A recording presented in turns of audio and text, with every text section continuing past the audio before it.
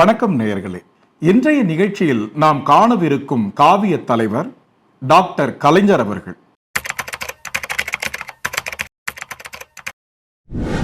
எங்கள் தங்கம் திரைப்படத்திற்கு எம்ஜிஆர் அவர்கள் ஜெயலலிதாவை பார்த்து பாட ஒரு காதல் பாட்டு தேவை. அதற்கு வாலி அவர்கள் பாட்டெழுதினார். நான் அளவோடு ரசிப்பவன் என துவங்கி அடுத்த வரிக்காக யோசித்தும் வரிகள் வராததால் வெற்றிலைப்பாக்கை போட்டுக்கொண்டு வரிகளை யோசித்துக் கொண்டிருந்தார் வாலி. பாட்டு சரியா பல்லவி வரலன்னா வெத்தலை போடுவாங்க. போய் வாயை கொப்பளிச்சுட்டு வந்து வெளியில வந்தாங்கன்னா பிரமாதமான பல்லவி வரும். அந்த நேரம் பார்த்து கலைஞர் கருணாநிதி அவர்கள் உள்ளே வர வாலியை பார்த்து, என்னையா வாலி, பாட்டை எழுதிட்டீரா என கேட்க, அதற்கு வாலி அவர்கள், இல்லை, அளவோடு ரசிப்பவன் எழுதிட்டேன், அடுத்த வரி புரியலன்னு சொல்ல, உடனே கலைஞர் அவர்கள் எதையும் அளவின்றி கொடுப்பவன்னு எழுதிக்க சொன்னாராம். அளவோடு ரசிப்பவன், அதுக்கு அடுத்த வரி புரியலன்னு உடனே அடுத்த வரி சொன்னார், எதையும் அளவின்றி கொடுப்பவன். எம்ஜிஆருக்கு கலைஞர் எழுதிய பாட்டு அது. நான் அளவோடு ரசிப்பவன், எதையும் அளவின்றி கொடுப்பவன். இதை ஒரு முறை வாலி அவர்கள் பொது நிகழ்ச்சியில் பதிவு செய்திருக்கிறார். நான் அளவோடு ரசிப்பவன், அளவோடு ரசிக்க எனக்கு ஒன்றும் வரல. கலைஞர் அப்பதான் வந்தார், என்னையா வேலை பாட்டை எழுதுகிற அப்படின்னாரு. 10 நாள் கழித்து எம்ஜிஆரை வாகினி ஸ்டுடியோவில் வாலி அவர்கள் சந்தித்த போது எம்ஜிஆர் அவர்கள் வாலி அவர்களுக்கு முத்தம் கொடுத்து பாடல் வரிகளை பாராட்டி இருக்கிறார். அதற்கு வாலி அவர்கள், இந்த முத்தத்தை கலைஞருக்கு தான் நீங்க கொடுக்கணும், காரணம் அந்த வரிகளுக்கு சொந்தக்காரர் கலைஞர் தான் என்று சொன்னாராம். அப்படிப்பட்ட எழுத்தாற்றல் பெற்றவர் நம் கலைஞர் அவர்கள். எம்ஜிஆர் என்னை கட்டிப்பிடிச்சு முத்தம் கொடுத்தார். என்னென்ன விசேஷம்னா, அளவின்றி கொடுப்பவன் என்னை பற்றி எழுதிட்டீரனார். நீங்கள் முத்தத்தை கலைஞருக்கு கொடுங்க, இது அவர் எழுதினது, நான் எழுதினது இல்லைன்னு. எழுத்தாளர், நாடக கலைஞர், கவிஞர், பத்திரிகையாளர், அரசியல் என பன்முகத்தன்மை கொண்ட கலைஞர் அவர்கள் ஹாக்கி விளையாட்டின் மீதும் ஆர்வமுடையவராக இருந்திருக்கிறார். சிறுவயதில் திருவாரூர் ஃபோர்ட் ஹைஸ்கூல் ஹாக்கி டீமில் இருந்து விளையாடியும் இருக்கிறார். மேலும் கிரிக்கெட் விளையாட்டை அதிகம் விரும்பி பார்ப்பார் நம் கலைஞர்.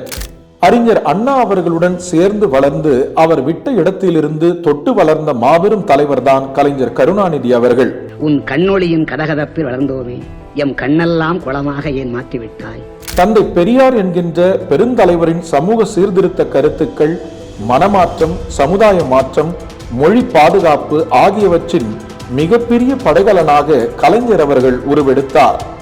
அமிழ்தான இனப்பண்பு, கலைமாண்பு, இலக்கியங்கள் மாய்ப்பதற்கு தமிழர்களே ஒப்பிவிட்டார். கேட்ட உமிழ்நீரை உடலுக்குள் துப்பிவிட்டார். அந்த காலத்தில் ஹிந்தி மொழி திணிப்பு ஒரு பெரும் சவாலாக இருந்தது. 1957ஆம் ஆண்டு அக்டோபர் 13ஆம் தேதி கலைஞர் கருணாநிதி அவர்கள் தன் தலைமையில் இந்தி எதிர்ப்பு போராட்டத்தை நடத்தினார்.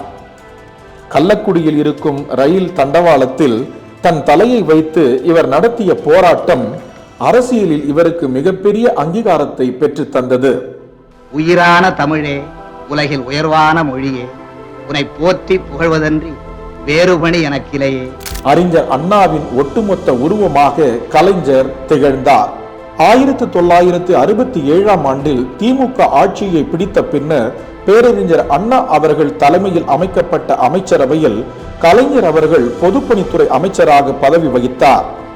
திமுக தேர்தல் செலவிற்காக எதிர்பாராத வகையில் 11 லட்சம் ரூபாய் நிதி திரட்டி பேரறிஞர் அண்ணாவிடம் தந்ததை பாராட்டி அண்ணா அவர்கள் அணிவித்த மோதிரத்தை இறுதி வரை கலைஞர் அவர்கள் கழற்றியதே கிடையாது.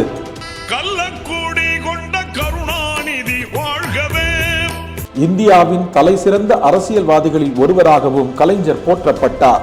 பேரறிஞர் அண்ணா அவர்களின் மறைவுக்கு பிறகு கலைஞர் அவர்கள் கட்சியின் தலைமை பொறுப்பை ஏற்று திராவிட முன்னேற்ற கழகத்தின் ஒப்பற்ற தலைவராக திகழ்ந்தார்.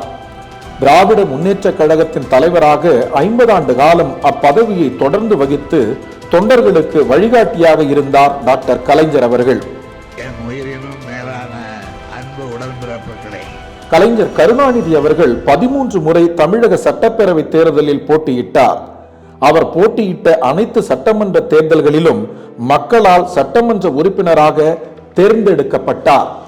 1957ஆம் ஆண்டு குளித்தலை தொகுதியிலும் 1962ஆம் ஆண்டு தஞ்சாவூர் தொகுதியிலும் 1967ஆம் ஆண்டு சைதாப்பேட்டை தொகுதியிலும் 1971ஆம் ஆண்டு சைதாப்பேட்டை தொகுதியிலும் 1977ஆம் ஆண்டு அண்ணாநகர் தொகுதியிலும் 1980ஆம் ஆண்டு அண்ணாநகர் தொகுதியிலும் 1989ஆம் ஆண்டு துறைமுகம் தொகுதியிலும் 1991ஆம் ஆண்டு துறைமுகம் தொகுதியிலும் 1996ஆம் ஆண்டு சேப்பாக்கம் தொகுதியிலும் 2001ஆம் ஆண்டு சேப்பாக்கம் தொகுதியிலும் 2006ஆம் ஆண்டு சேப்பாக்கம் தொகுதியிலும் 2011ஆம் ஆண்டு திருவாரூர் தொகுதியிலும் 2016ஆம் ஆண்டு திருவாரூர் தொகுதியிலும் போட்டியிட்ட அனைத்து தொகுதிகளிலும் தொடர்ந்து வெற்றி வாகை சூடினார் கலைஞர் அவர்கள்.